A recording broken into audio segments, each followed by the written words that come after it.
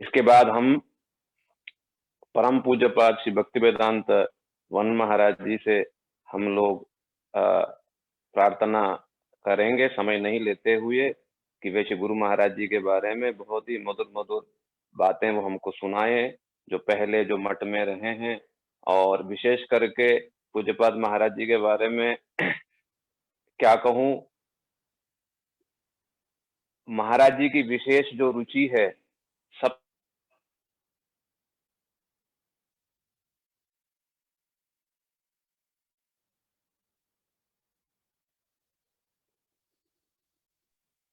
देखा है मैंने। सुबह सुबह महाराज जी जो हैं, प्रातः काल में बहुत ही जल्दी जागते हुए नाम जापते थे। फिर उसके बाद सब समय कथा कीर्तन में ही पूज्य श्री महाराज जी की विशेष रुचि थी। और विशेष करके मथुरा में जितने जो भिक्षा के जो फील्ड थे, प्रारंभिक दशा में पूज्य श्री महाराज जी ने ही पूरे मथुरा में सब जगह जाकर के महाराज जी ने ही भिक्षा का फील्ड सब कुछ लाते थे, चावल दाल आटा वाटा सारी चीज लाते थे। और इस प्रकार से प्रारंभिक दिनों से ही महाराज जी ने इतनी सेवा की है मठ के लिए। पूरा जो मथुरा मठ जो है, महाराज जी ने स्वयं अपने हाथों से ईंट इत्यादि सब चीजों को ला करके मठ का निर्माण कार्य में सेवा किया। और इस प्रकार से महाराज जी सब समय कथा कीर्तन ही महाराज जी का प्राण है।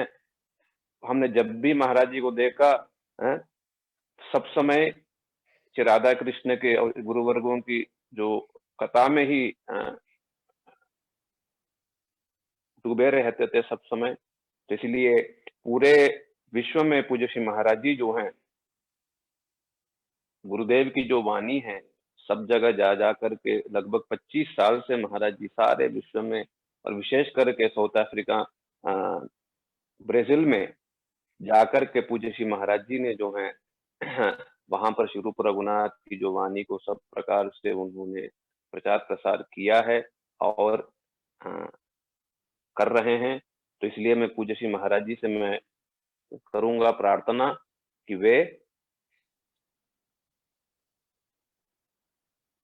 गुरुदेव के बारे में मधुर मधुर बातें हमको सुनाए। महाराज जी दंडवत प्रणाम।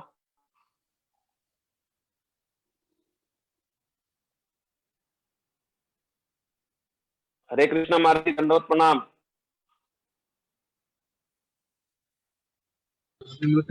अभी बात करूंगा। हरे कृष्ण, दंडवत प्रणाम। दंडवत प्रणाम। हरे कृष्ण।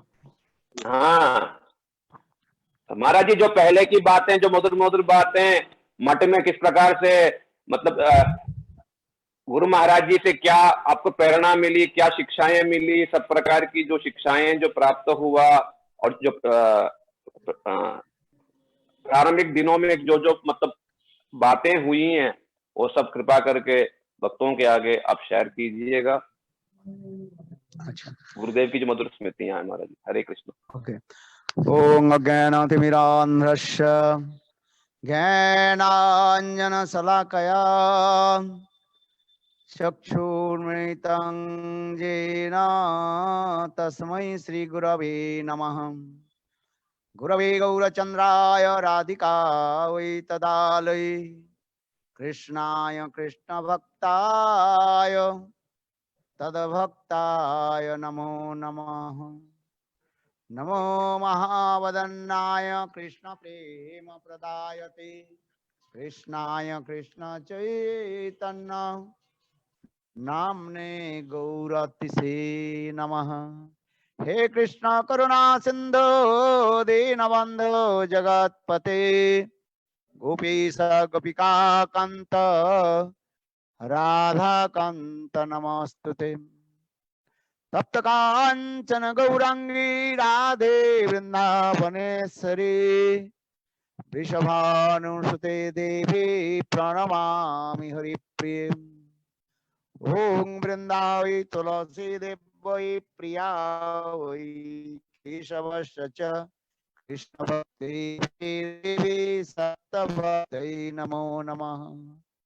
भक्ताविहीना अपराध लक्ष्य क्षिप्ताश्च कामादि तरंग मध्ये कृपामयि त्वं शरणं प्रपन्ना वृंदे नमस्ते शरणारविंदम। भजामि राधां अरविंद नेत्रां स्मरामि राधां मधुर स्मितास्यां वदामि राधां करुणाभराद्रा ततो ममान्नास्ति गतिर्न कापि। हा देवी काकुभर गदगदयाद्वाच जाचिनी पत्ते भुवि दण्डवदुर्भुटार्ते अश्र प्रसादमबदश्च जनश्र कृत्वा गन्धर्विके निजगणे गणनां विदेहि। अंगश्यामलिविछटामन्दी कितेन्द्रीवरं जड्डं जाजुगुडरोचिसं पट्टं पट्टं वरसश्रिया बिन्दारण्यवासुनिधुलसद्धामनिदामोदरं राधास्कन्दनिवेशलज्जलो भुजां ध्येयं सुदामोदरम्। श्रीकृष्ण चैतन्य प्रभु नित्यानंद श्री अद्वैत गदाधर श्रीवासदि श्री गौरभक्तवृंद। हरे कृष्णा कृष्ण कृष्ण हरे हरे हरे राम राम राम हरे हरे। सर्वप्रथम मेरी दीक्षा गुरु नित्य लीला प्रविष्ट ओम विष्णुपाद अष्टोत्तर सतस्य श्रीमद भक्ति वेदांत श्री वामन गोस्वामी महाराज एवं मेरे शिक्षा गुरु सन्यास गुरु नित्य लीला प्रविष्ट ओम विष्णुपाद अष्टोत्तर सतस्य श्रीमद भक्ति वेदांत श्री नारायण गोस्वामी महाराज की अभय चरण कमलों में अनंत कोटि साष्टांग दंडवत ज्ञापन करता हूँ। तत्पश्चात नित्य लीला प्रविष्ट विष्णुपाद अष्टोत्तर सतश्रीमद भक्ति वेदांत स्वामी महाराज एवं समस्त वैष्णव वृंद गौरगत सज्जन वृंद हरिकथा पिपासु श्रोतृवृंद एवं परम स्नेहशिला मातृवृंद सभियों के चरण कमलों में मेरा यथायथ दंडवत प्रणाम स्वीकार हो। आज प्रभु जी मुझे आदेश दिया शिला महाराज की कुछ मेरे जीवन की कुछ स्मृतियां को जो है स्मरण करने के लिए।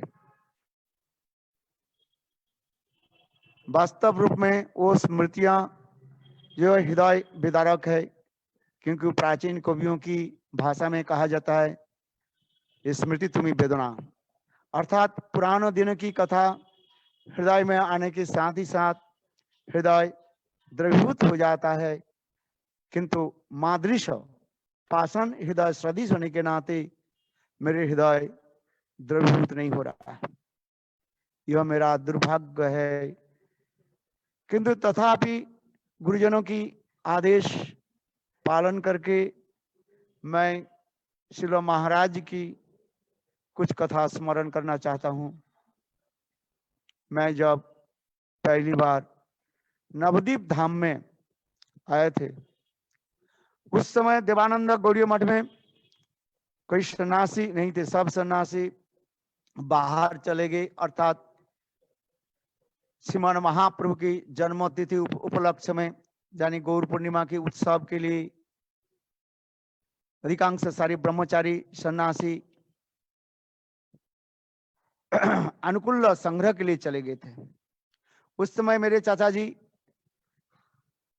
श्री मधुसूदन महाराज कृष्ण कृपा ब्रह्मचारी के चरण दर्शन मुझे प्राप्त हुई और उन्होंने कृपा करके मुझे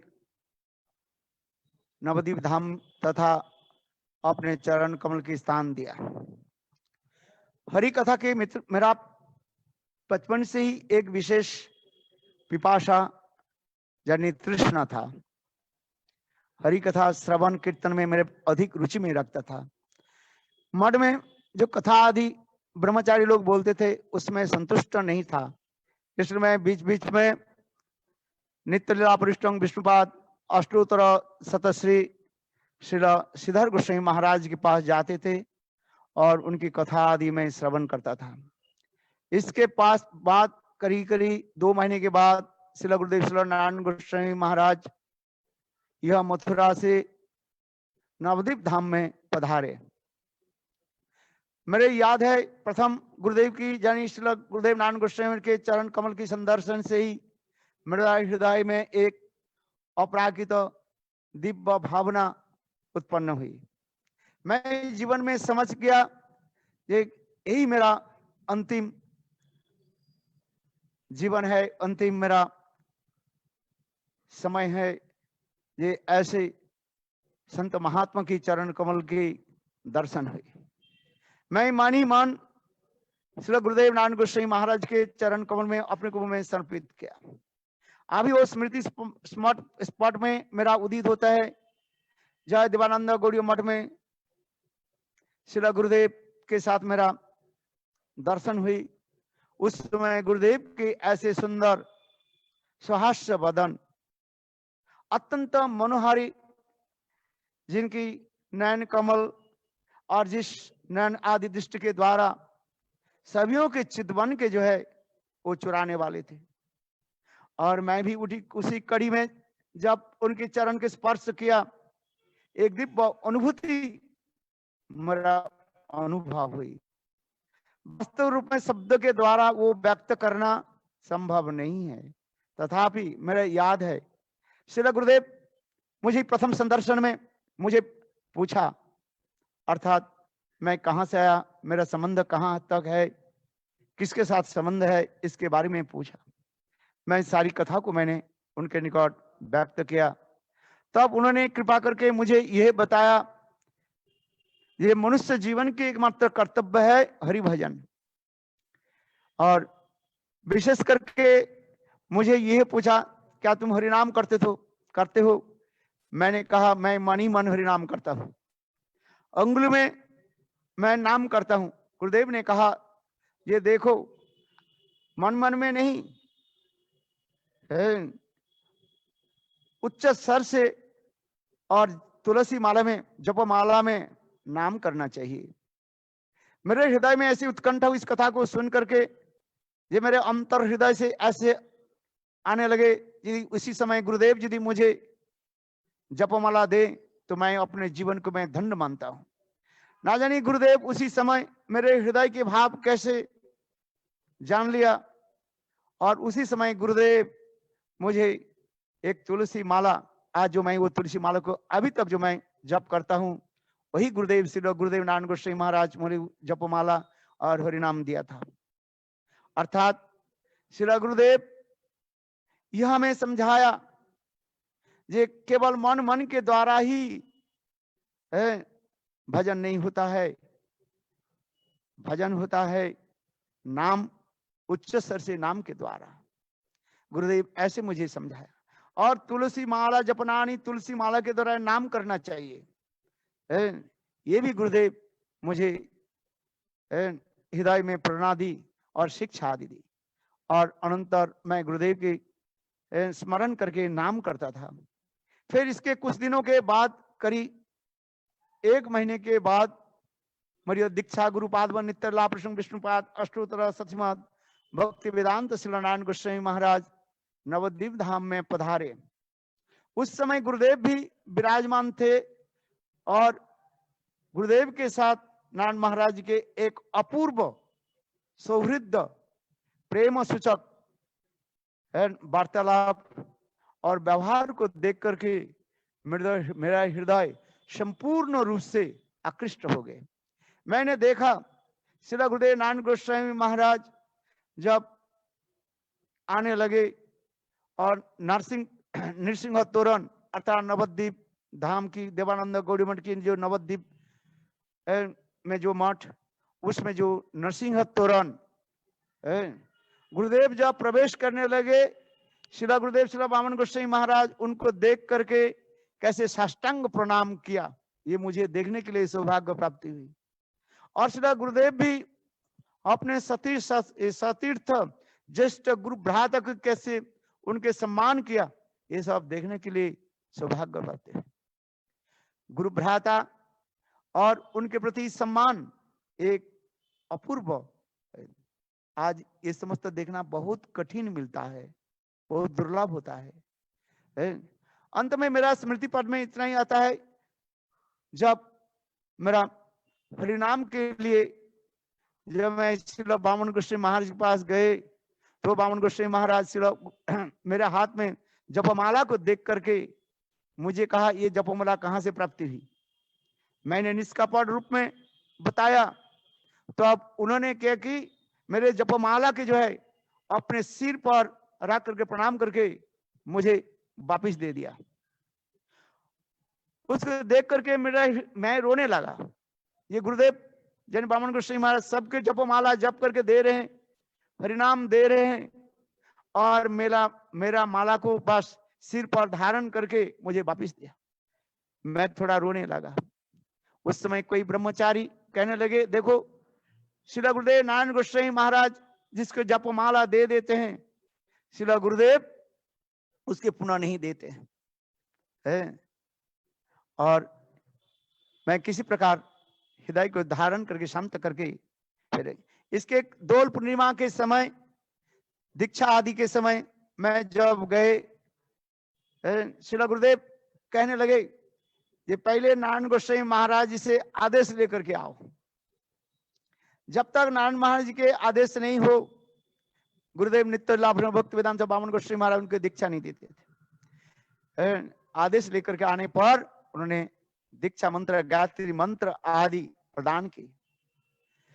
श्री गुरुदेव बामन गोस्वामी महाराज के जीवन की आदर्श और श्री नारायण गोस्वामी महाराज के जीवन की आदर्श में एक विशेष वैशिष्ट्य मैंने परिलक्षित किया, देखा। ये जब तक नारायण गोस्वामी महाराज आदेश नहीं देते, तब श्री गुरुदेव बामन गोस्वामी महाराज दीक्षा हरिनाम नहीं देते। यहाँ तक भी लाल कपड़ा आदि, यहाँ तक भी सन्यास के समय भी हम भी देखा, ये कहते थे पहले नारायण गोस्वामी महाराज जी से ही आदेश आदि लिया जाए। इसलिए मेरे गुरुदेव श्री बामन गोस्वामी महाराज नारायण गोस्वामी महाराज की इतने गुरुवत सम्मान अधिक करते थे। यद्यपि बामन गोस्वामी महाराज उनसे भी वयोज्येष्ठ भी है, और पहले ही भी प्रभुपाद से, भक्तिवेदांत प्रभुपाद से हरिनाम ग्रहण किया, और पहले ही जो है उन्होंने श्री भक्ति प्रज्ञान केशव गोस्वामी महाराज उनसे भी दीक्षा मंत्र ग्रहण किया। तथापि उन्होंने श्री गुरुदेव नारायण गोस्वामी महाराज के कैसे गुरुवत सम्मान करते थे। यह तक भी उन्होंने सब कथा में एक शब्द यूज करते थे, ये श्री नारायण गोस्वामी महाराज मेरा गार्जियन है, गार्डियन है, गार्जियन ये शब्द वो यूज करते थे। सौहृदति भाव की एक अपार महिमा दोनों में हम लोग दोनों के ऊपर देखा, किस प्रकार मित्रता सौहृदता एक अभावनीय था। यहां तक भी मेरे गुरुदेव श्री बामन गोस्वामी महाराज जब मथुरा में आते थे, और कैसे दोनों एक दूसरे के प्रति प्रीति वो एक अपूर्व था। यहां तक भी जब यही मथुरा मठ में जहां पर हम बैठे हुए हैं, इसी स्थान पर श्री गुरुदेव जब बैठते थे, पहले कहते थे नारायण गोस्वामी महाराज बैठे, इसके बाद मैं बैठूंगा। पहले श्री नारायण गोस्वामी महाराज हरि कथा बोले, इसके बाद मैं कहूंगा। मेरे गुरुदेव जो कुछ नाजुक थे, लज्जाशील,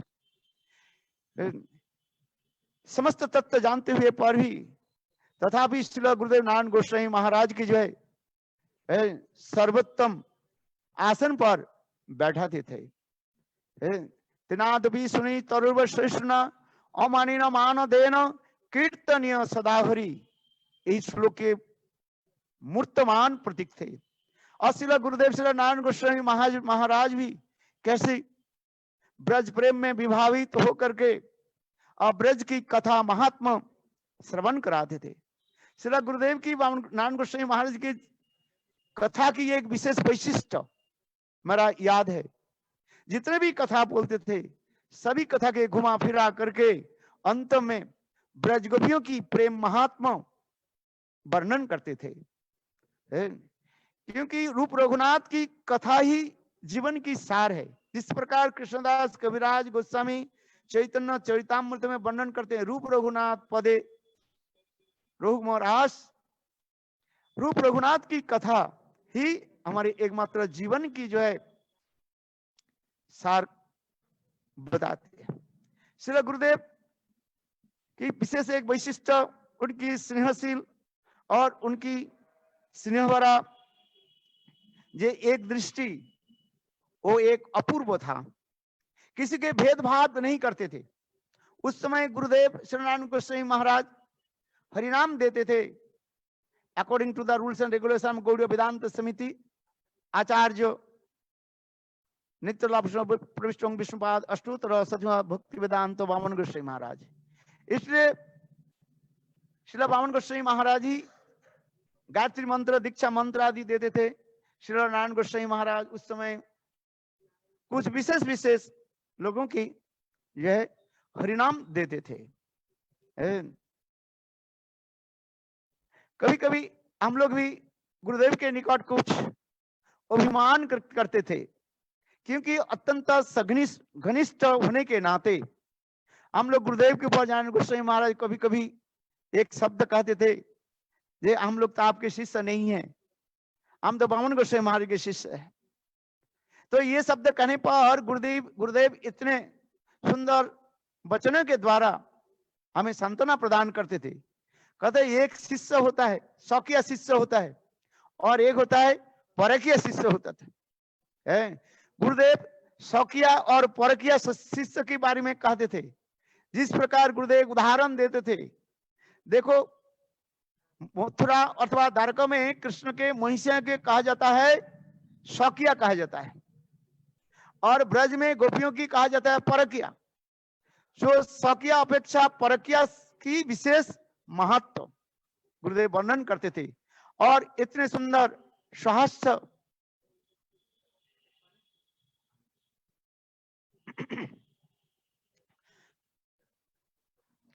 वचनों के साथ हम लोग के साथ प्रेम प्रीति व्यवहार आदि करते थे। और ये समस्त कथा स्मृति पथ में उदित होता है। गुरुदेव की वह स्मरण हमारे हृदय को जो है द्रवीभूत करते। वास्तव रूप में श्री गुरुदेव कभी आपन और पर विचार नहीं रखते थे, जिससे हम अंतिम तब गुरुदेव की एक आदर्श को देखा। जितने भी मठ के जी शिष्य गुरुदेव के पास आते थे, गुरुदेव केवल अपने आंखों की जानी दृष्टि के द्वारा सभी के जो है चित्त बन के जो है आकर्षित कर लेते थे। जिस प्रकार बिल्वमंगल ठाकुर कृष्ण के कहते हैं, ब्रजे प्रसिद्धं नवनीत चौरंग गोपांगिनां चौर चौरंग अनेक जन्मार्जित पाप चौरंग चौरंग अग्रगण्यं पुरुषं नमामि। वास्तव रूप में यह श्लोक श्री गुरुदेव के ऊपर भी अप्लाई होता है। गुरुदेव जिसके एक बार दृष्टिपात करते थे, उनके चित्त बन के जो है चोरी कर लेते थे। गुरुदेव के आविर्भाव तिथि की भी एक विशेष कार्य थे, अमावस्या तिथि में उन्होंने प्रकट हुए। यहां तक भी शास्त्र में भी कहा गया, जो अमावस्या में जो जन्म लेते हैं वो चोर बनता है। तो गुरुदेव अमावस्या तिथि में मौनी अमावस्या में प्रकट हुए, और गुरुदेव भी चोर, इस संसार के चोर, जागतिक चोर जो है जागतिक मटेरियल धन को चोरी करते हैं, किंतु गुरुदेव शिष्य के हृदय की जो है वो चोरी करते हैं। जिस प्रकार कृष्ण ब्रज गोपियों के हृदय को चोरी करते हैं, उसी प्रकार श्री गुरुदेव समस्त भक्त की जो है हृदय को जो है चोरी करके अपने सेवा में लगाते हैं। ऐसे महान पुरुष की स्मरण कैसे बताऊं। मेरा स्मृति पाठ में और कुछ आता है, समय संक्षेप होने के नाते मैं एक कथा भी स्मरण करता हूं। 2010 गुरुदेव की जो अंतिम गोवर्धन की परिक्रमा, जहां पर गुरुदेव उस समय असुस्थ लीला कर रहे थे। अंतिम दिन यानी पूर्णिमा के दिन मैं गुरुदेव के कक्ष में गया था और उस समय गुरुदेव के प्रणाम करके मैं जब उठे, गुरुदेव मुझे कहा, क्या तुम प्रचार में जा रहे हो कि नहीं? मैंने कहा, हाँ गुरुदेव, मेरे तो टिकट तो है अमेरिका यूएस जाने के लिए। मैंने गुरुदेव के चरण पकड़ करके इतना ही कहा, गुरुदेव मैं इस समय प्रचार में जाना नहीं चाहता हूं, मैं आपके चरण कमल की सानिध्य में रहना चाहता हूं। उस समय गुरुदेव मेरे सिर पर हाथ रख करके इतने ही कहने लगे, ये देखो प्रभुपाद के यानी भक्तिवेदांत प्रभुपाद की वाणी है, प्राण आचे जेतु से हेतु प्रचार। प्रचार ही हमारे गौड़ीय वैष्णव की एक विशेष वैशिष्ट। और गुरुदेव उस समय सुंदर सुहास्य बदन और स्नेह से आशीर्वाद देते हुए कहने लगे, ये देखो तुम जाओ और जल्दी जल्दी आना और मैं भी तुम्हारे साथ नवद्वीप में मिलूंगा। मैं जल्दी जल्दी ठीक हो जाऊंगा। गुरुदेव ये बोले, मैं ठीक हो जाऊंगा और मैं नवद्वीप परिक्रमा में और नवद्वीप धाम में श्री श्री केशव जी गौड़ीय मठ मैं तुम्हारे साथ जरूर मिलूंगा, तुम जाओ। गुरुदेव मुझे इसी प्रकार आशीष वचन दिया।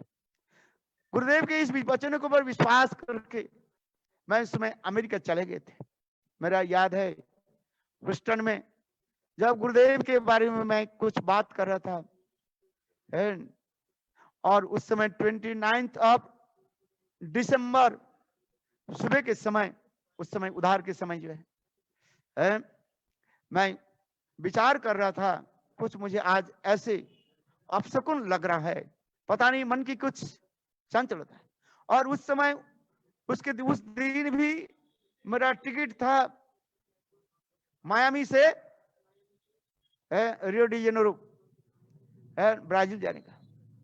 क्यों जाके पता नहीं क्या हो गया, मन में ऐसी हो, तथापि मैं प्लेन में चढ़ गया और चले गए। जब ब्राजील में जब उतरे और तब मुझे यह समाचार मिली,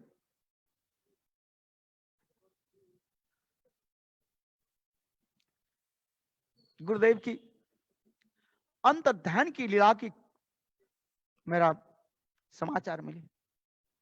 यह बड़ा हृदय विदारक है।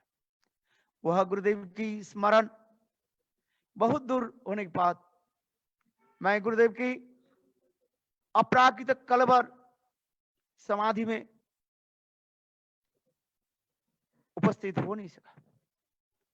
वास्तव रूप में यह हृदय में स्मृति पाठ में रहने लगे और यही मैं चिंतन करने लगा, गुरुदेव ने जो कहा कि मैं तुम्हारे साथ नवद्वीप में ही मिलूंगा। गुरु मुख पदों वाक्य चित्त दे करी ऐक्य। वास्तव गुरुदेव आज ही प्रकाश रूप में और नवद्वीप धाम में वहां पर विराजमान है।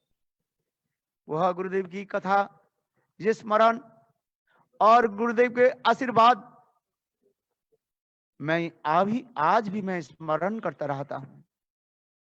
जितने मेरे जीवन, मेरे जीवन की जो घटना, जो कुछ भी हुए, वह समस्त घटना की केंद्रीभूत जो है वही मेरा रहता है।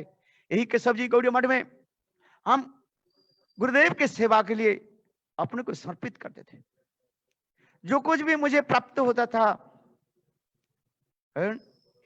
अनुकूल, गुरु वैष्णव के मठ की सेवा के जो कुछ अनुकूल मुझे प्राप्त होता था, मैं गुरुदेव के जो है समर्पित करते थे। यहां तक कि केशव जी गौड़ीय मठ की जो निर्माण कार्य उसमें मैं यथायथ अपने तन मन जीवन देकर भी सेवा करने के लिए मैं प्रयास किया।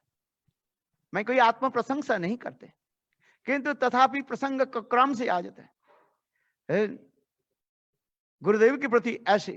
और मैं कई बार भी अस्वस्थ हो गए, किंतु गुरुदेव की कृपा दृष्टि, गुरुदेव के जो है अपने वरदहस्त स्पर्श प्राप्त करके मैं सजीव हो जाता था। और यही मेरा स्मृति पट में आज भी जागृत होता है। यह केशव जी गौड़ी मठ की एक सौध, एक हमारे स्मरण पट में इधर ही यहीं पर रहता है। एक स्मरण कथा में, एक गुरुदेव की कथा में स्मरण करता हूं। जब जब मैं भिक्षा में जाता था, जब जब सीजन में जो कुछ भी फल मुझे प्राप्त होता था, वह फल मैं गुरुदेव के देता था। कभी कभी वो प्राप्त नहीं होने पर भी मैं भिक्षा की कुछ पैसा जो है उसके द्वारा गुरुदेव के लिए कुछ सब्जियां खरीद करके लाते थे, जैसे लौकी।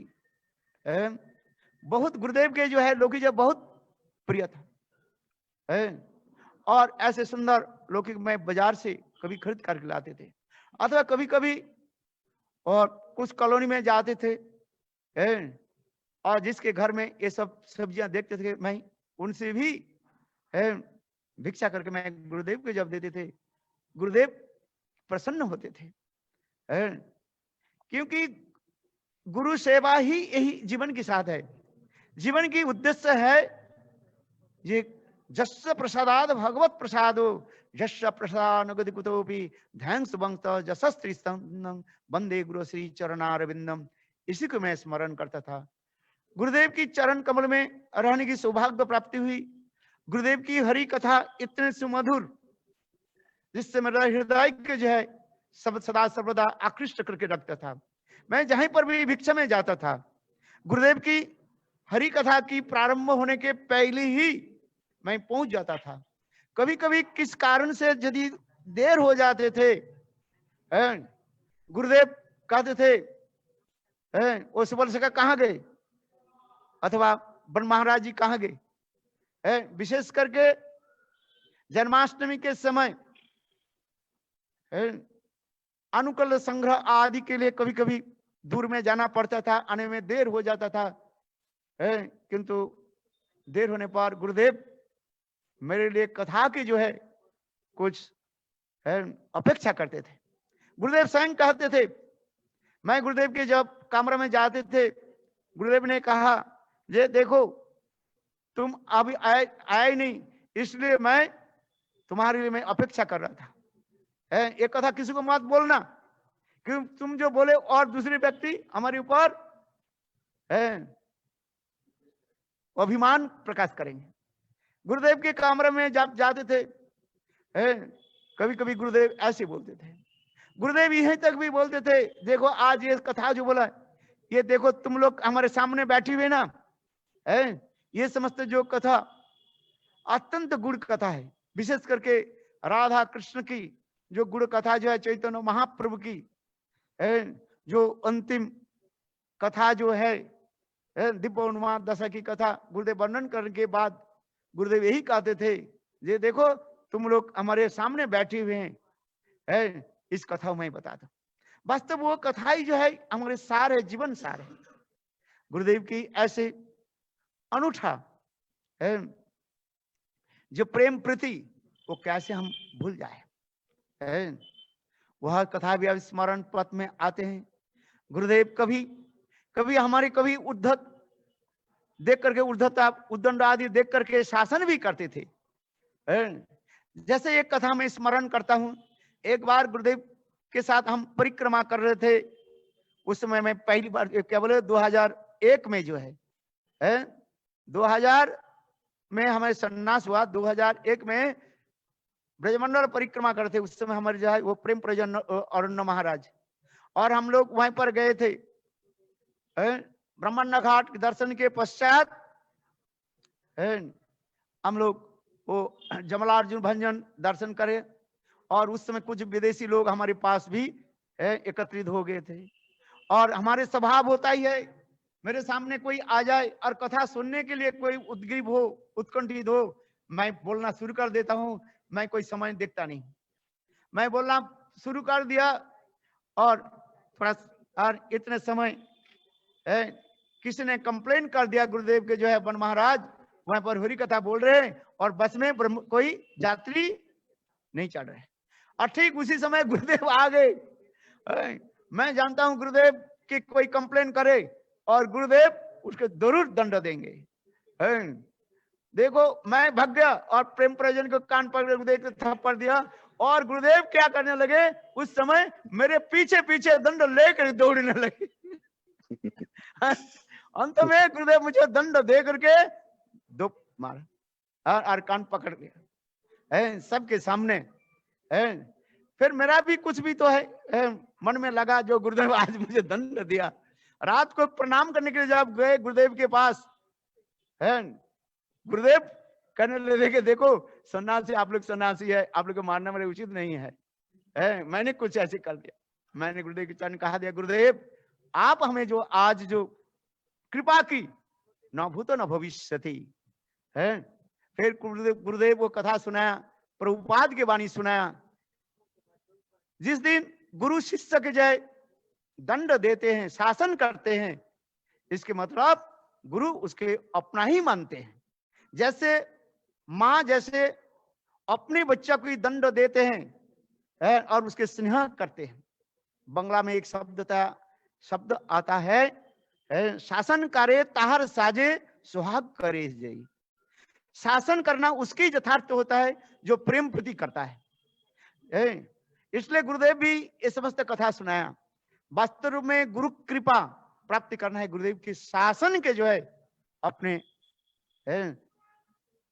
मानना पड़ता है। ये समस्त गुरुदेव की स्मृतियां आती है और गुरुदेव हम लोग के सर्वत्र लेकर के जाते थे ब्रज की परिक्रमा। और कैसे स्वयं गुरुदेव जब प्रसाद पाते थे, हम गुरुदेव के पास कक्ष में जब जाते थे, मेरा याद है गुरुदेव अपने उच्छिष्ट प्रसाद खाते हुए और अपने देते थे। यह सब गुरुदेव उच्छिष्ट प्रसाद प्राप्ति करने के लिए सौभाग्य प्राप्ति हुई है। और आज वो गुरुदेव की स्मरण होते हैं। यदि गुरुदेव आज हमारे साथ में रहते, साक्षात रूप में रहते, और मैं उनकी और क्या बताऊं, गुरुदेव मुझे इस कृपा करें जन्म जन्म तक उनकी चरण कमल की सेवा मुझे प्रदान करें। अधिक समय नहीं लेकर के यहाँ पर मेरा अपने वचन को, स्मृतियों को जो है यहाँ पर स्थगित करता हूँ क्योंकि समय हो चुका है। आई थिंक टाइम है महाराज जी, टाइम है 15 मिनट है और बोलिएगा। हाँ टाइम होगा। गुरुदेव की अनेकों स्मृतियां भी हमारे हृदय में आ जाते हैं। जैसे गुरुदेव के साथ जहां जहां पर ब्रजमंडल परिक्रमा में जाते थे, उस समय हम लोग की परिक्रमा छोटी होती थी। ज्यादा से ज्यादा 8-10 ब्रह्मचारी और कुछ ब्रजवासी मिलाकर के 15-20 होते थे।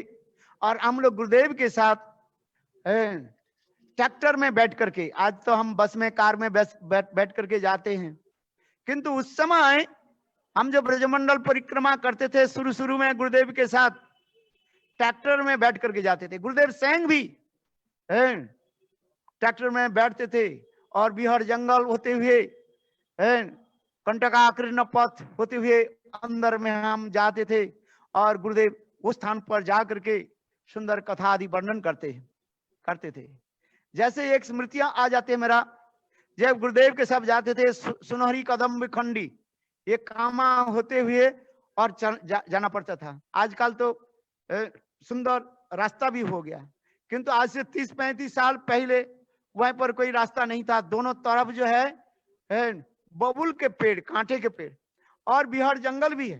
ट्रैक्टर भी जब चलते थे, हम भी देखा गुरुदेव के साथ बैठे, वह बबुल के डाल जो है वो ट्रैक्टर के ऊपर आकर के वो लग जाता था।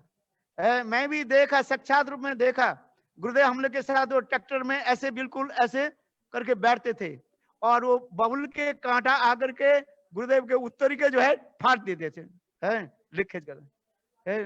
और उस समय ऐसी था, कोई रसोई की कोई व्यवस्था नहीं थी। जहां जहां पर हम लोग जाते थे, ब्रजवासियों के घर से जो है माधुकरी करके ले आते थे। ब्रजवासियों के घर से रोटी और नींबू की जो है अचार पिकल्स वो लेकर के आते थे और हम लोग गुरुदेव के दे देते और गुरुदेव उसके ग्रहण करके अपने उच्छिष्ट सबको बांट देते थे। उस समय क्या, और उस समय कथा भी गुरुदेव के जो है उस समय कथा सुनहरी कदम्ब खंडी की कथा भी बहुत सुंदर है। कैसे स्वयं श्रीमती राधिका अपने गले के सोने के हार शिव जी को कैसे प्रदान की। यहाँ पर कदम्बी खंड सुंदर सदन कदम्ब वृक्ष ऐसे सुंदर जो स्थान दिव्य अपराकृत स्थान जो है जहां पर कृष्ण के साथ मिलन के लिए स्वयं श्रीमती राधिका शिव जी के कैसे संतुष्ट करते थे। और ऊपर के पहाड़ों के झाड़ी के ऊपर कृष्ण गोचारण करते करते अपने प्रिय नरम सखा आदि के साथ आकर के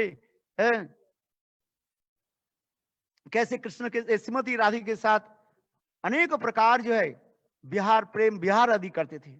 वहीं पर सुंदर सुंदर अपराकृत दिव्य कुंज है। अभी तक भी जाने से पता लगता है ये वास्तव वो स्थान क्या है।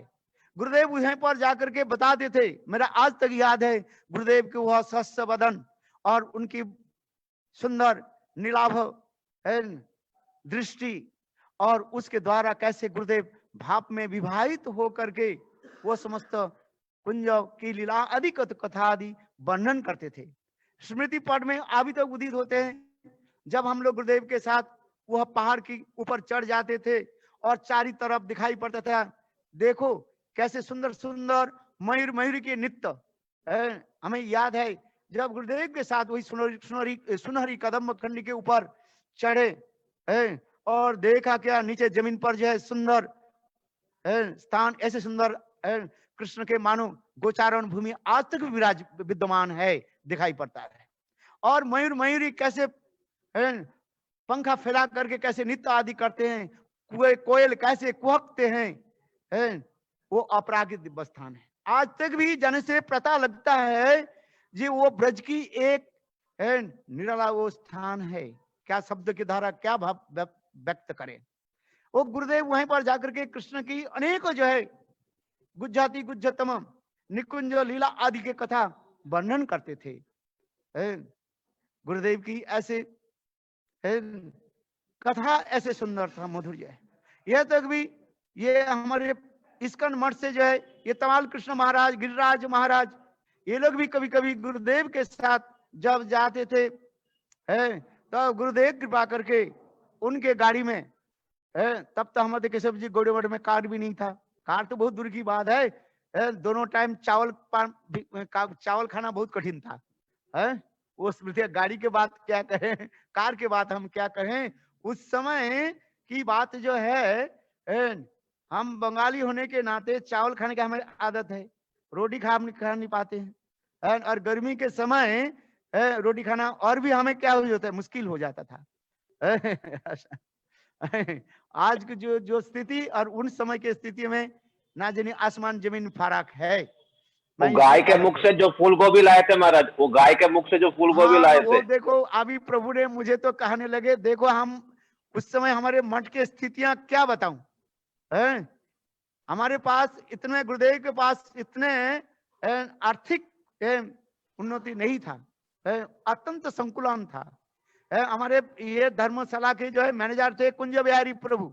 सुबह 2 रुपया प्रातः क्या बोले दोपहर के लिए 3 रुपया देते थे और शाम के लिए रात्रि के भोजन के लिए 2 रुपया देते थे। हर दिन में 5 रुपया खर्च करते थे। उसमें सब कुछ खरीद करना पड़ता था। हमारे प्रेमानंद प्रभु तो भंडारी थे। ये तो केशव जी गौड़े मठ के माँ की रूप में ही माना जाता है। तो वो क्या करते थे, नीचे बलदेव के दुकान यहाँ पर जो है उसी दुकान से तेल आदि और सब खरीद करते थे। वो तेल आजकल जैसे टीन के क्या बोले रसी घर में टीन की पीपा रहता है, तेल की पीपा रहता है। उस समय तो टीन की पीपा दूर की बात है, यही नीचे से जो है 50 ग्राम सरसों तेल आता था। और रात में जो है मेरा याद नहीं है, थोड़ा कम होगा, तेल लेकर का था। सारा दिन में जो है ज्यादा से ज्यादा 100 ग्राम तेल सरसों तेल व्यवहार नहीं होता था। आज समझिए और उसमें भी है परमानंद के, उसमें सब कुछ चलाना पड़ता था। उस समय इतने बाहर के लोग भी आमदनी नहीं होता था। आजकल जैसे लोग सहज रूप में कुछ देख करके जाते हैं, जैसे है दादू से भिक्षा में भी आता है, ऐसे भी लोग भी दे जाते हैं। उस समय ऐसे ही नहीं था है। तो आप एक बार की स्मरण स्मृति आ जाता है, या हम और प्रेमानंद प्रभु, प्रेमानंद के साथ हमारे साथ जो शुरू में इतने घनिष्ठ प्रेम मित्रता थी। प्रेमानंद के साथ मैं हर रोज जो है बाजार में जैसे निकट में जो है होलीगढ़ के इस पास में जो यहाँ पर बाजार था, वो आजकल जो मंडी चला गया ना, ये मंडी यहीं पर था, सभी लोग जानते हैं देखा है ना, ये मंडी की जाए, इस मंडी में हम जाते थे उनके साथ है। तो मैं जो है बस वो ठेला के जो है पीछे लटका करके जाता था, प्रेमानंद के साथ पीछे पीछे में चलता था है। तो उस समय क्या था, प्रभु जी के पास तो इतना पैसा ही नहीं था खरीदना है, क्योंकि 3 रुपया दिया, उसमें तो 1 रुपया 1.5 रुपया तो तेल मसाला आदि खरीदने में चला जाता था, और बाकी ज्यादा से ज्यादा 1-1.5 रुपया मिल रहा था, उसमें सारे सब्जियां और कुछ खरीदना था। तो क्या करता था सिर्फ प्रभु जी प्रेमानंद कहते हैं क्या करते थे, वो क्या बोले, जो बाजार में जो आलू जो है जो कीड़ा लग जाता है, बस छोटा छोटा आलू फेंक देते थे हमें, मैं और दोनों जो है एक एक करके बीन लेते थे चुन कर रखते। और एक दिन का यही आपके इस महीने की कथा में भी स्मरण आ रहे हैं यही जो अगहन मास पौष मास के बाद इस समय जो है बंद को भी होता है। देखो एक दुकानदार ने क्या कि एक सड़ा गला जो है बंद गोभी को फेंक दिया, तो प्रेमानंद प्रभु ने क्या कि उसको लेकर के मुझे दिया और फिर वो दूसरी जगह में कलेक्ट करने लगे, मैं एक जगह में खड़े हुए देखो मैं वो देख करके पूरा मन मन में विचार करने लगे, देखो मेरा खेती में कितना बंद गोभी होता था, और आज एक थोड़ी सी सोडा कला बंद गोभी के प्रभु ने मुझे दिया रखवाल करने के लिए। मैं इतना ध्यान नहीं दिया, और इतने समय एक गाय आकर के बंद गोभी को जो है लेकर के भागने लगी ये बांध को गाय ये आकर के बांध को भागने लगे। मैं हाय करने लग, क्या प्रेमानंद प्रभु उस समय आ गया, प्रेमानंद प्रभु ने क्या की उसको छीनने प्रेमानंद उसको ले, अच्छा उसके गाय से लेकर के फिर आधा काट करके गाय को खिला दी और आधा जो है वो लेकर के मुझे प्रेमानंद आते आते कहने लगे, देखो आज भगवान की कृपा क्या, उन्होंने एक पहले एक श्लोक तुम सीख लो। बोले क्या श्लोक है, ले नमो ब्रह्मण्य देवाय गो ब्रह्मण्य हिताय च जगद्धिताय कृष्णाय गोविंदाय नमो नमः। मैंने बहुत अच्छे श्लोक है तो हाँ, मैंने गुरुदेव, मैंने कहा महाराज मैंने कहा प्रभु जी इसके क्या तात्पर्य है, देखो आज है हमारे बांध गोभी, मैंने कहा ये बांध गोभी गाय के मुख से है, तू जानते नहीं, देखो बांध गोभी जो है आज 3 लोगों की सेवा हो गया, 3 लोग को हो गया, कौन कौन, बोले नमो ब्रह्मण्य देवाय गो ब्रह्मण्य हिताय च जगद्धिताय कृष्णाय गोविंदाय नमो नमो। उन्होंने मुझे क्या बोले, देखो है आधा जो है गाय को दे दिया, गो सेवा हो गया जो गाय लेकर भाग रहा था उसको आधा काट करके गाय को दे दिया तो कितना हो गया, गो सेवा हो गया। अब मैं भी मानी मानी विचार करने लगे ये देखो ये उड़ो खोई गोविंदाय अच्छा चलो गो सेवा हो गया। मैंने कहा अच्छा ब्राह्मण सेवा क्या है, जानते हो गुरुदेव तैयारी है, ब्राह्मण है ना, इसलिए गुरुदेव के सिवाय ब्राह्मण सेवा हो जाएगा।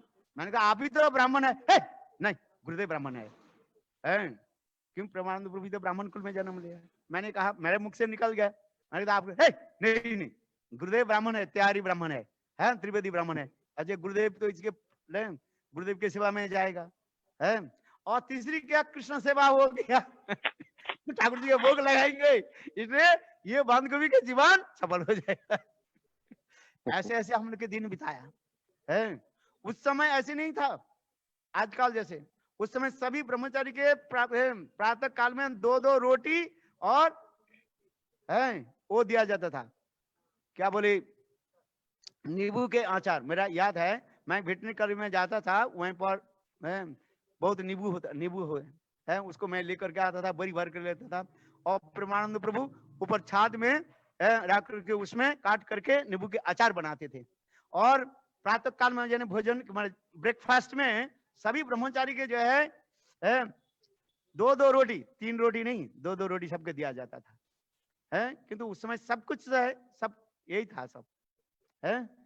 और कभी कभी क्या है, परमानंद प्रभु, मेरा तो जो ये था थोड़ा, मेरा आलू के जो है भाजा जो है मुझे बहुत अच्छा लगता था। तो परमानंद क्या करते थे, वो जो छोटा छोटा आलू है ना, बिल्कुल छोटा छोटा है, मार्बल से भी, कांच मार्बल होता है ना, ऐसे छोटा छोटा जो होता है, उसको काट करके, है, देखो उसके थोड़ा सा है तेल दे करके भून देते थे और उसके सबको देता था, है। तो उस समय के दिन चला गया, है।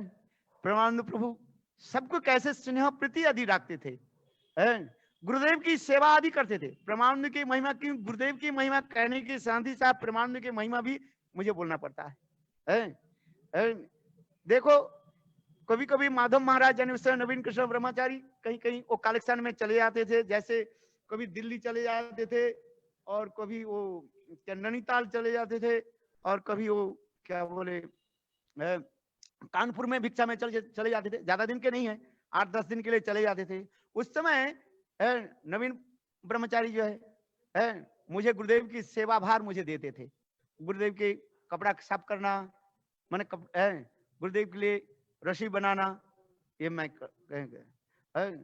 तो परमानंद प्रभु तो सारे भंडारे भी देखते थे, रस्सी भी बनाते थे। आज तक भी सुनाते परमानंद भी रस्सी, आज तक भी इतने अधिक उम्र में भी है, तथापि परमानंद प्रभु जो है रस्सी बनाते हैं, आज समझे, साक्षात राधारानी की सेवा करते थे। तो गुरुदेव की सेवा जो है वो क्या करते थे, सिर पर तेल लगाते, क्योंकि गुरुदेव जो है जब शयन करते थे, गुरुदेव के जब तक उनकी सिर पर तेल नहीं लगाए और उनके चरण नहीं दबाए, गुरुदेव के नींद नहीं आती। मैंने देखा परमानंद प्रभु जो है गुरुदेव के सिर पर तेल लगाते थे और मैं उनके चरण सेवा करता था। और गुरुदेव की सेवा की महिमा मेरे स्मरण आता है, यही जो बरामदा जो है आप देख रहे हैं, उस समय कोई पंखा नहीं था, यहाँ पर नाट मंदिर में वो ब्रिटिश एक पंखा था, वो भन भन भन भन भन भन के घूमता था और वो शब्द होता था, पता नहीं वो तो कहाँ अभी चले गए, कुछ समय तक नीचे पड़ा हुआ था, वो भन भन भन के ब्रिटिश पंखा जो है बड़ा पंखा होता है, ये जो प्लेट जो होता है बड़ा होता है और शब्द होता है बम बम बम बम के शब्द। यहाँ पर हम लोग जब सो जाते थे पंखा चला करके, गुरुदेव इसको क्यों चलाते हो तो गुरुदेव वहां पर जो सोते थे, तो उस समय गुरुदेव की ये देखो, इसमें विशेष करके गर्मी के समय कभी कभी लोड शेडिंग हो जाता है, पंखा भी नहीं चलती है, तो गुरुदेव के सेवा हम लोग के साथ कैसे करते थे, हर ब्रह्मचारी के 2 घंटे पंखा चलाना, माने पंखा हवा करना पड़ता था। गुरुदेव यहाँ पर जब सोते थे, हर ब्रह्मचारी माने रात को 8 बजे की 9 बजे से लेकर के 3 बजे तक गुरुदेव हवा करना पड़ता था, गुरुदेव वहां पर। तो 2-2 ब्रह्मचारी जो है वो हवा करते थे, माने एक ब्रह्मचारी 1 घंटा, दूसरे ब्रह्मचारी 1 घंटा, ऐसे करके हवा करते, पंखा हवा करते थे। आज में कभी कभी गुरुदेव दई न करके कहते थे, देखो मैं तो भजन साधन कुछ नहीं किया और तुम लोग मेरा सेवा करते हो, इससे तुम्हारे फल क्या मिलेगा। कहते गुरुदेव ऐसे कह मत कीजिए, हम लोग गुरुदेव के इसी प्रकार सेवा आदि करते थे। गुरुदेव यह पर रात गुरुदेव की ऐसे एक स्नेह ममता प्रति जोड़ गया था, वो हम कभी भूल नहीं सकते। वो हृदय में अभी तक ऐसे लगे गुरुदेव की जैसे। और गुरुदेव 3 बजे 3:30 बजे उठ करके हरिनाम करते थे और सभी ब्रह्मचारी को कहते थे तुम सब हरिनाम करो। गुरुदेव स्वयं कहते थे कि देखो मेरे जीवन के आदर्श देखो मैं क्या करता हूँ। गुरुदेव स्वयं जो है 3-4 बार हम लोग की क्लास देते थे, जैव धर्म 5 साल लगातार जैव धर्म क्लास देते थे, अपने गुरु प्राइवेट क्लास देते थे, प्रति संदर्भ, तत्व संदर्भ, भक्ति संदर्भ, ये समस्त गुरुदेव हम लोग के पढ़ाते थे, आज तक स्मृतियां है। और श्लोक पढ़ाते थे, ब्रह्मचर्य के एक श्लोक दिया जाता है, गीता की श्लोक, मन शिक्षा, शिक्षा स्टक, उपदेशामृतम, ये श्लोक दिए। कोई ब्रह्मचारी नहीं कर नहीं श्लोक माने बोल नहीं पाते तो गुरुदेव क्या करते, उसके खड़ा कर दो, आप पीछे जाकर खड़े हो जाओ। जैसे स्कूल में जैसे टीचर जैसे शासन करते हैं, जो छात्र विद्यार्थी नहीं पढ़ा नहीं, ठीक से नहीं पढ़ नहीं पाते। उसके जैसे शिक्षक जैसे शासन करते हैं, गुरुदेव उसी प्रकार शासन करते हैं। गुरुदेव यहां तक भी कहते, देखो मैं तुम लोग के दो चीज दे करके जा रहा हूं, मेरा चले जाने के बाद एक चीज तुमको कोई नहीं देगा। गुरुदेव की वो कथा हमें अभी तक स्मरण है। यहां तक भी प्रकाश में कई बार गुरुदेव यहाँ पर, हो सका किसी ने यदि रिकॉर्ड करके रखा है, जरूर आपको वो कथा सुना, किंतु उस समय तो टेप रिकॉर्ड नहीं था है। यदि किसी ने जी रिकॉर्ड करके रखा है, आप लोग को ये मिलेगा। गुरुदेव स्वयं मुखारविंद से कहा, ये देखो मैं जो चीज दे करके तुम लोग के जा रहा हूं, मेरे जाने के पश्चात ये वस्तु तुम्हें कोई नहीं देगा है। गुरुदेव ये कहते थे। इसलिए इस कथा को तुम लोग अच्छे से श्रवण करो है, सुनो, अपने हृदय में रखो है। गुरुदेव इस कथा को व्याख्या करते हैं।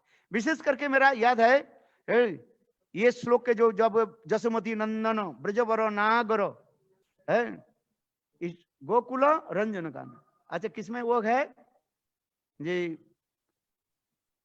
जो गोपी प्राणो धनो मदन मनोहर, और आगे जो कुलासरा जो का काम किसमें है, इसी ये विभावरी शेष महाराज, विभावरी शेष आलोक प्रवेश इसमें है लास्ट में क्या है आनंद फूलासरा जो का काम। ये फूलासरा के द्वारा गुरुदेव काम गायत्री की व्याख्या बोलते थे, मेरा याद है। यदि किसी के पास रिकॉर्ड है, जरूर वो उमा दीदी के पास होगा शायद है, देखना उसमें।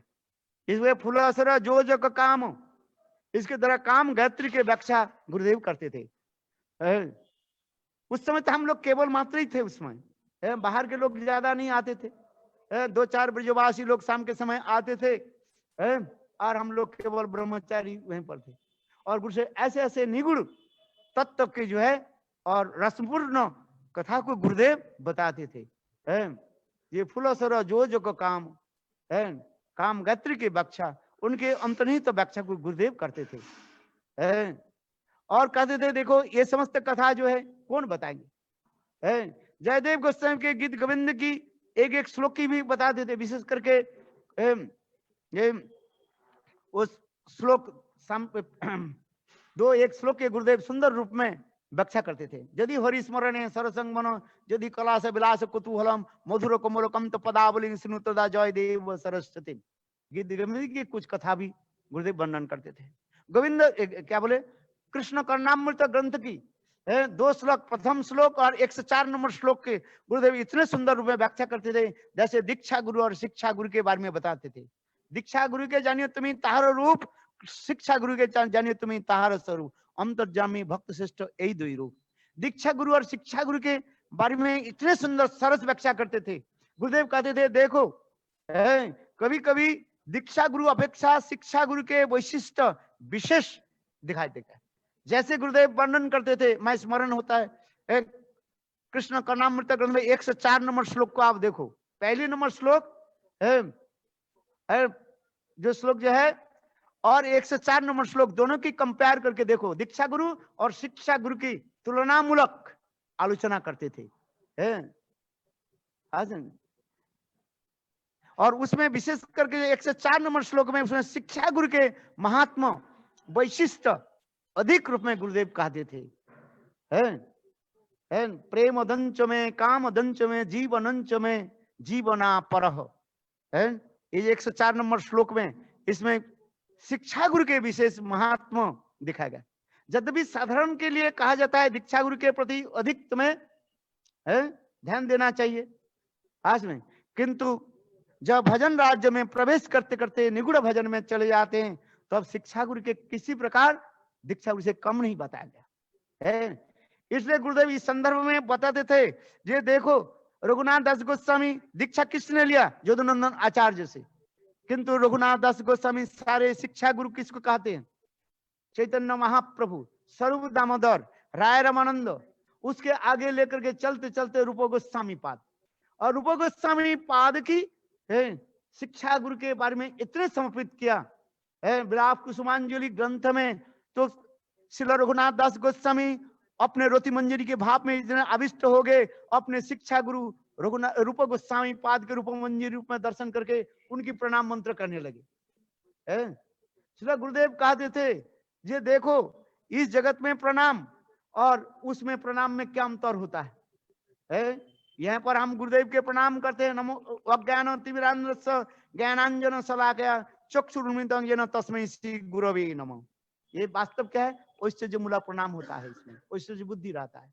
और अपरागित भाव सिद्धि अपने स्वरूप सिद्धि में वहीं पर भी गुरु प्रणाम आदि करते जा रहे। रघुनाथ दास गोस्वामी रोसी मंजरी के भाव में आविष्ट होकर के रूप मंजरी तंग रूप मंजरी पतिता पुरे अस्मिन। हे रूप मंजरी, आप तो ब्रज में सती साध्वी के नाम से प्रसिद्ध हो। मुझे पता है आज 2-3 दिन हो गया तुम्हारे पतिदेव घर में नहीं है, कहीं चले गए हैं। किंतु और तुम भी असुर्जम पश्चात, माने तुम सूर्य की भी दर्शन नहीं करते, माने घर से बाहर निकालते नहीं हो है। किंतु तुम्हारे होठों में है ये दाग कैसे आ गया है। जरूर कोई सुकपुंग बेनम, तुम्हारे जो है होठों के जो है सुंदर प्रपक्क स्वादिष्ट रसालो बिंब फल के मान करके कोई ऐसे कोई विशेष सुख पक्षी और चंचू लगाया जिससे तुम्हारी खत चिन्ह हो गया है। इसके ऊपर ऐसे परिहास युक्त जानी है। यह पर मंजरी भाव के विशेष वैशिष्ट, भावोल्लास की विशेष वैशिष्ट, कृष्ण यदि राधा जी के स्पर्श करते हैं और राधा जी के स्पर्श होने के साथ ही साथ ये राधा एकांति की निष्ठा परायण सखियां है, नित्य सखी और प्राण सखी के हृदय में वो अपने आप संचारित हो जाता है। क्योंकि मंजरी के वैशिष्ट है, मंजरियां कभी साक्षात रूप में कृष्ण के साथ नहीं मिलते हैं, ये विशेष वैशिष्ट है। जब कृष्ण और राधा जी के आलिंगन करते हैं, चुम्बन आदि करते हैं, वो समस्त सारे क्रिया अपने आप मंजरी में अपने आप रिफ्लेक्टेड व प्रतिफलित हो जाता है। इसी श्लोक में ये गुरुदेव वर्णन करते थे, बहुत सुंदर इस संबंध व्याख्या जो है आपको मिलेगा गुरुदेव की प्रवचन में, कथा में, ये कैसे इसमें वर्णन होता है। गुरुदेव ये सब कथा उस समय भी सुनाते थे शुरू शुरू में। हम तो सोचते जो नया आए हैं क्या बताए। एक कथा गुड़ कथा मैं आप लोग को बताता हूँ, मैं निष्कपट रूप में बता रहा हूँ। एक बार जो है गुरुदेव जो है, जब मैं पहली आया था यहाँ पर तो गुरुदेव मुझे जो है ले गए वृंदावन गए। उस समय माधव महाराज नवीन ब्रह्मचारी वो शायद कहीं चले गए थे, मेरा ख्याल से जो कलेक्शन में कहाँ गए थे। I think he went and वो कानपुर अथवा कहीं कलेक्शन 5-7 दिन के लिए वो चले गए। मैं गुरुदेव के साथ वृंदावन में गए। उस समय रूप सनातन कुछ नहीं था। उस समय गुरुदेव एक बहुत उच्च कोटि के संत महात्मा का नाम तो नहीं कहूंगा, उसके पास गए और गुरुदेव पास जब गए, वो संत महात्मा के लिए ये ब्रह्मचारी इनके साथ पास आपके स्वरूप के बारे में कैसे आलोचना करेंगे। अरे ये नया ब्रह्मचारी कुछ नहीं जानते, अभी अभी आए हैं। अच्छा ठीक है, मैं थोड़ा दूर में बैठा रहा, मैं दोनों में क्या आलोचना होता है। तो अब उस समय मेरा याद है उन्होंने वो जो आलोचना करने लगे, गुरुदेव कहने लगे ये देखो जब मैं ये जैव धर्म पढ़ाता हूँ पढ़ता हूँ, इस कथा के ऊपर आने से मेरा ये भावना उत्पन्न है। तब उन्होंने कहा ये जो रमन मंजरी है ना, मेरा याद है वो, ये आपके सर्वगत है। यद्यपि गुरुदेव सब कुछ जानते हैं, तथापि जो है डाड लागी पूछे साधु रे व्यवहार। जिस प्रकार सनातन गोस्वामी पाद जानते मैं लवंग मंजरी हूँ, क्या सनातन गोस्वामी पाद नहीं जानते थे मैं लवंग मंजरी हूँ। तो सनातन गोस्वामी महाप्रभु के क्या पूछा, क्या आमी क्या नंबर जा रहे था पत्र, यह जानी कोई चाहिए डाड लागी पूछे साधुर व्यवहार है। इसलिए आप लोग कहीं हमारे ऊपर दोष ना लगाए, कोई ऐसे ना विचार करे गुरुदेव जानते नहीं थे, ऐसे नहीं कहना है। गुरुदेव ये दैन करके उनको पूछा, ये मेरा सर के मेरा याद है उस समय वो संत महात्मा जो है गुरुदेव की सारी बताया ये जो जैव धर्म की जाए। उस समय वास्तव रूप में मैं जैव धर्म की जो अंतिम जो एकादश भाव है और पंचदशा के बारे में मेरा ज्ञान नहीं था। बाद में मुझे पता चला, मैं पढ़ा जब, वो मेरे याद है, वो सारे कथा को बोला। एकादश भाव, नाम रूप गुण लीला पालोदासित्व भाव, ये सारे उन्होंने बताया है। और श्रवण दशा, स्मरण दशा, अपन दशा, भावपन दशा, ये सारे कथा को जो है उन्होंने बोला। गुरुदेव बहुत प्रसन्न हुए है। जब भी गुरुदेव सब कुछ जानते हैं, तथापि दाढ़ लागे दृढ़ता के लिए अथवा दैन्य के लिए गुरुदेव उनके पूछा। मैंने भी वे देखा गुरुदेव, जब जब यही प्रसंग आ जाते थे, हैं जैव धर्म में ये रमन मंजरी के प्रसंग आ जाते थे, हैं आज समझ में।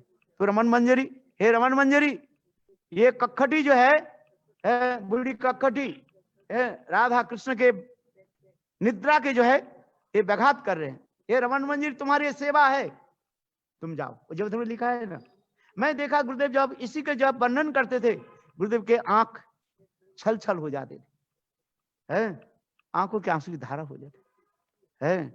और मैं ही तो पूरा कंफर्म कर लिया, क्योंकि मैं गुरुदेव के साथ ही था। मैंने उनको गुरुदेव से मैं श्रवण किया, आज तक मेरा स्मृति है। उस मंदिर में गया था, वो संत महात्मा के साथ मिले, गुरुदेव के साथ जो क्या बोले निवृत्त एकांत में जो वार्तालाप हुई, मैं तो थोड़ी दूर में बैठा था, तो आज तक वही स्मृति पट में है। फिर रमन मंजरी के बारे में हमें उस समय भी ज्ञान था, जब भी मैं कुछ किसी को नहीं बोला, तो ये समस्त जो है गुरुदेव जो साक्षात रमन मंजरी, इसमें कोई संदेह नहीं है।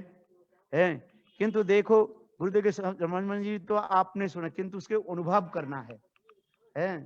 पहले अपने स्वरूप के जानो, तो अब गुरु के स्वरूप जानो, कृष्ण के स्वरूप जानो, इष्ट देव के स्वरूप में जानो। तो जब तक अपने स्वरूप के नहीं जाने तो एक केवल आरोप मात्र हो जाता है। इसलिए शास्त्र में कहते हैं पहले अपने के जानो, अपने स्वरूप के अनुभव करो, तब गुरु के स्वरूप के अनुभव, इसके पश्चात राधा गोविंद और सबके अनुभव होगा। इसलिए अपने को जानने के लिए यही भजन की प्रणाली दिखा। आदु श्रद्धा, ततो साधु संग, भजन क्रिया, अनुस्मृति, निष्ठा, रुचि, आसक्ति, भाव और प्रेम, यही है प्रणाली है। इसी कहा जाता है सिद्ध प्रणाली। बाबाजियों की जो सिद्ध प्रणाली और हम लोग के भक्ति सिद्धांत सरस्वती प्रभुपाद की सिद्ध प्रणाली यही बताया गया। गुरुदेव कहते थे हमारे जो भक्ति सिद्धांत सरस्वती प्रभुपाद के भक्ति विनोद ठाकुर के धारा जो सिद्ध प्रणाली, उसमें दो बताया गया। एक है क्या है, ये चैतन्य महाप्रभु हमें सिद्ध प्रणाली शिक्षा दी। क्या सिद्ध प्रणाली शिक्षा दी चैतन्य महाप्रभु? नादपि सुने चेन तरोरिव सहिष्णुना अमानिन मानदेन कीर्तनीय सदा हरि। कीर्तनीय सदा हरि, नाम संकीर्तन करते करते अपने स्वरूप की उपलब्धि होगा, जिससे चेतो दर्पण मार्जनम इस श्लोक में महाप्रभु स्पष्टीकरण कर दिया। ये है एक सिद्ध प्रणाली बताया। दूसरी जो सिद्ध प्रणाली क्या है, ये हमारे रूप गोस्वामी पाद भक्ति रसामृत सिंधु में ये सिद्ध प्रणाली दिखाया। आदु श्रद्धा, ततो साधु संग, भजन क्रिया है। ये दिखाते भाव दशा में पहुंचने पर साधक अपने स्वरूप के उपलब्धि करते हैं, जिसमें जो है खांतिर प्रत्यकार्तम विरक्ति मान सुंदर शून्यता आशा बंध समुद्र कंठा नाम गाने सदा रुचि असत गुणान कने, ये समस्त होता रहता है। और ये सब जब नहीं हो तब अपने स्वरूप उपलब्धि करने पाएगी। इसलिए बाबाजी संप्रदाय की सिद्ध प्रणाली और भक्ति विनोद ठाकुर भक्तिनंद प्रभुपाद और इसी कड़ी में जितने हम लोग आए हैं, ये सिद्ध प्रणाली वास्तव रूप में है आदु गुरु पदाश्रय। पहले गुरुदेव के चरण में आश्रय गुरु पदाश्रय, जैसे रूप गोस्वामी पाद भी पुनः विचार विवेचन करके दिखा रहे हैं। आदु गुरु पदाश्रय, दीक्षा शिक्षा विश्रम वेण गुरु सेवा, 64 प्रकार की भक्ति के अंग के पालन करके हम कैसे कैसे धीरे धीरे चित्त निर्मल करके अपने स्वरूप के उपलब्धि करें। मंचा गुरु कृपा सिंधु वेवच पतितानां पावनेभ्यो वैष्णवेभ्यो नमः।